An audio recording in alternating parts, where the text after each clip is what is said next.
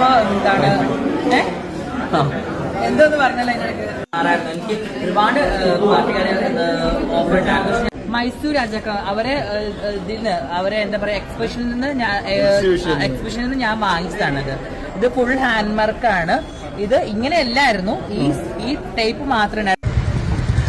മനസ്സിന്റെ ഉള്ളിൽ നിന്നൊഴിയും മാണിക്യ മണിമുത്ത് രാജാത്തേ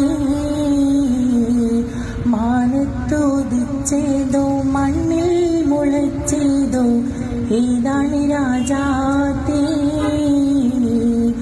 ഏതാണ് രാജാത്തേ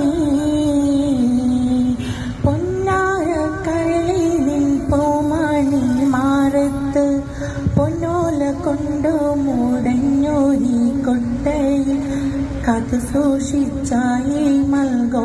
10 വർഷം പിണറായി ഭരിച്ച ഭരണം വളരെ നല്ല ഭരണമാണ്. ഞാൻ ഇപ്പോഴും പറയുന്നത്, നമ്മളൊരു സ്കൂളിലൊരു പ്രിൻസിപ്പാള് സ്ട്രോങ് ആയാലാണ് ആ സ്കൂളിൽ നല്ല പേര് കിട്ടത്തുള്ളൂ, അല്ലെങ്കിൽ ആ സ്കൂളിൽ നല്ല പേര് കിട്ടത്തില്ല എന്ന് വിചാരിച്ച് പിണറായി ഒരു സ്ട്രോങ് ആയതുകൊണ്ട് പിണറായിയുടെ ഭരണം മോശമായി, അയാളെ അഹങ്കാരം കൊണ്ടാണ് അയാളെ ഭരണം പോയത്, അങ്ങനെയൊന്നുമില്ല. 10 വർഷം ഭരിച്ചു, അപ്പോ ഒരു വേറൊരു പാർട്ടി ഭരിക്കട്ടെ എന്ന രീതിയിൽ മാത്രമാണ് ജനങ്ങൾ വോട്ട് കൊടുത്തത്.